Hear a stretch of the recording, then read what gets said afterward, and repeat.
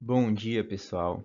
Ou quem sabe, boa tarde. Vamos começar mais uma aula. Eu me chamo Heloísnei Neves Marinho, sou estudante de Biologia do oitavo módulo, permitente ao Instituto Federal do Piauí, campus Pedro II.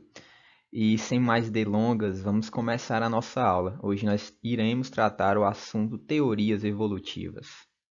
Sim, pessoal. As teorias evolucionistas, elas afirmam que ocorrem mudanças com os organismos desde os tempos primórdios do planeta. Então, essas linhas de pensamento, Lamarck, Darwin, neodarwinismo ou teoria sintética, que nós iremos discutir nesta aula.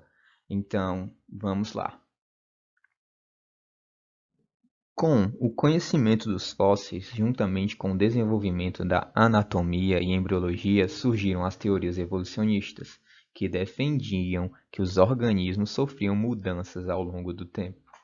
Podemos observar esse registro fóssil de um peixe primitivo e podemos também fazer uma comparação com um peixe atual.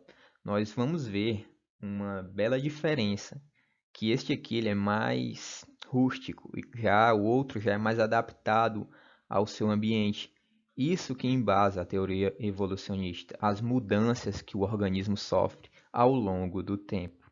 Podemos observar nesse fóssil também que ele possui um esqueleto e graças à anatomia a gente pode recriar onde era inserido esses músculos neste esqueleto e assim poder fazer uma imagem e ver como é que era ele no passado.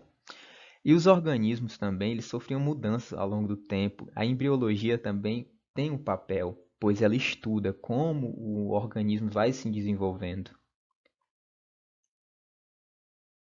Podemos observar aqui uma árvore filogenética bem simples, bem ilustrada, onde está todos os animais bem divididos, os mamíferos, as aves, os artrópodes, os répteis, os peixes. E aqui podemos ver outras classificações mais abaixo, que são os agnatas, os quinidários, os protistas, os poríferos. E assim são organizados os animais e as suas determinadas classificações.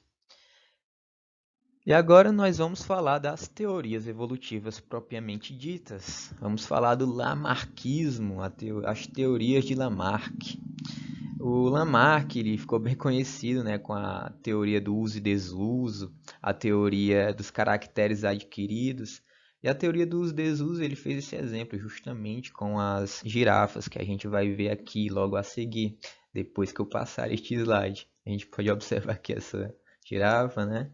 Uma das primeiras teorias que explicaram a evolução dos seres vivos foi proposta por Jean-Baptiste Lamarck, nascido em 1744 e falecido em 1829. Para explicar a evolução, ele sugeriu duas leis, a lei do uso e desuso. Essa lei do uso e desuso, a gente pode observar que a girafa ela se esforçava bastante para alcançar os galhos mais altos das plantas.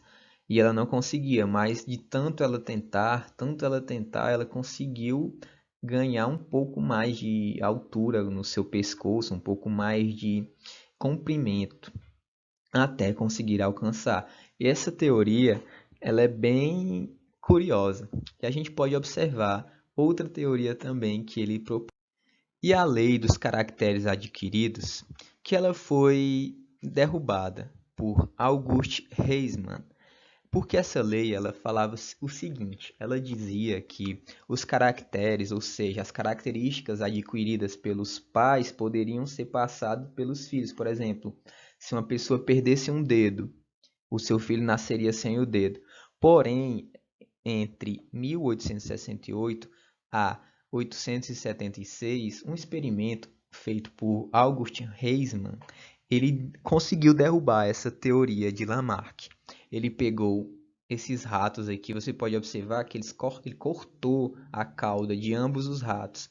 Porém, um rato nasceu com cauda. E ele fez isso de novo. E depois nasceu o rato com cauda novamente. E depois de 20 gerações. Então, foi constatado que as características físicas que um ser ganha durante sua vida não são passadas pelos genes, não são passadas para o próximo indivíduo. Então essa teoria ela foi derrubada. Continuando com as teorias evolucionistas, vamos falar do darwinismo, que foi proposta por Charles Darwin com a sua teoria da seleção natural. O darwinismo reúne as ideias evolucionistas propostas por Charles Darwin, nascido em 1809 e falecido em 1882. As ideias que Charles Darwin tinha é que o ambiente ele seleciona os mais aptos, ou seja, a lei da seleção natural. A gente vai observar aqui alguns exemplos.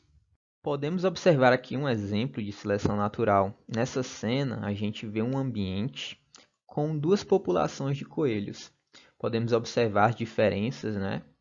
E aqui a águia predou um coelho branco. E aqui a gente pode observar que os coelhos brancos já estão quase extintos, né? Só possui um. Então, por que que essa águia predou mais esse coelho branco do que os coelhos marrons? Justamente, esse coelho ele não se adaptou ao meio.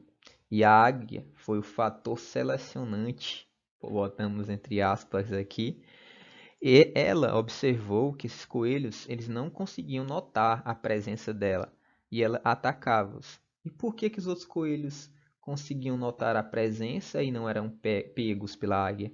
Por conta das suas orelhas. Podemos observar que as orelhas deles são bem grandes e podem detectar os sons com mais facilidade do que os coelhinhos com a orelhinha pequena, porque eles não notavam a aproximação da águia e eram pegos por ela.